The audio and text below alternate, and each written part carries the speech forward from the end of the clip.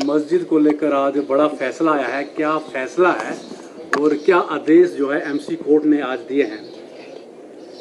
देखिए, आज 3 मई 2025 बहुत ही एक ऐतिहासिक दिन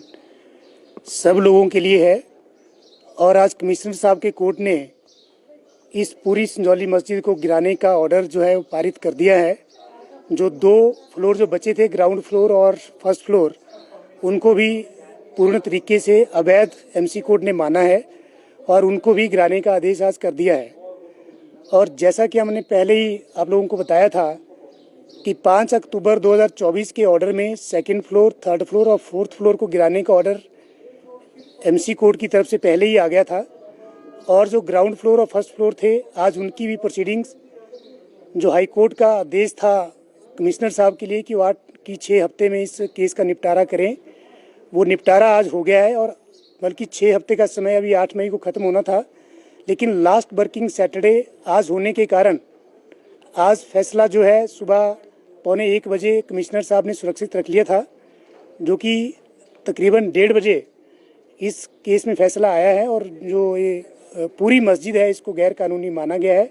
और इसको गिराने के आदेश दिए गए हैं। क्या कहा गया है कोर्ट की तरफ से? क्या जो संजौली मस्जिद कमेटी है कागजात दे नहीं पाई, वक्फ बोर्ड जो कागज मांगे गए थे वो दे नहीं पाई है? सर, आज ऑर्डर में एक क्लियर वर्डिक्ट आया है कि पिछले 15 साल से एचपी वक्फ बोर्ड इस जमीन का मालिकाना हक जो है कोर्ट के अंदर साबित नहीं कर पाए, और ना ही उन्होंने पुरानी मस्जिद को गिराते समय तो सेक्शन 242, 43 और 244 और ऑफ एमसी एक्ट की कंप्लायंस नहीं की थी, जिसके कारण अब स्पॉट पे कोई मस्जिद जो है वो एग्जिस्ट नहीं करती थी। और पुरानी मस्जिद को गिराने के बाद जो ज़मीन थी वो हिमाचल प्रदेश सरकार के नाम पे ऑलरेडी चली गई थी और ऑलरेडी हिमाचल प्रदेश सरकार ही उस ज़मीन की मालिक थी। और कमिश्नर साहब ने क्लियर शब्दों में कहा है कि जब आपने पुरानी मस्जिद को गिरा दिया था बिना परमिशन के और आपके पास सेंक्शन मैप नहीं था, तो आप नहीं बना सकते थे, जिस कारण इस पूरी मस्जिद जो है आपने गैर कानूनी तरीके से इसका जो निर्माण किया था और जिसकी आपके पास कोई एनओसी नहीं थी, किसी भी तरह की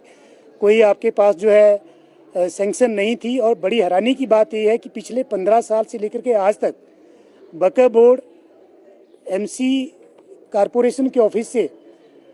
गार्बेज और टैक्स की एनओसी तक जो है नहीं ले पाया और उनके कागज भी जो है वो अपने कोर्ट में सबमिट नहीं कर पाया। और बहुत ही बढ़िया ऐतिहासिक फैसला आज आया है कमिश्नर साहब के कोर्ट से। और मैं इस बात को मानता हूं कि जिन लोगों ने प्रोटेस्ट किया था, जिनके ऊपर झूठी एफआईआर दर्ज हुई थी, जिन लोगों ने पुलिस के डंडे खाए थे, आज उन लोगों को एक इंसाफ मिला है। और हमने पहले ही दिन से कहा था कि इनके पास कोई भी ऐसा कागज नहीं है जिससे साबित हो सके कि ये जो मस्जिद है ये गैर कानूनी नहीं है, और ना ही इस ज़मीन का कोई मालिकाना हक इनके पास था। और आज तो कोर्ट ने ये मोहर लगा दी है कि इस जो मस्जिद वाली ज़मीन है इसके ऊपर एचपी वक्फ बोर्ड का किसी भी तरह का कोई हक नहीं है। और ये ज़बरदस्ती जो है लैंड माफिया की तरह इन्होंने यहाँ पे कब्जा कर लिया था, जो कि आज कोर्ट ने अपने वर्डिक्ट में कहा है।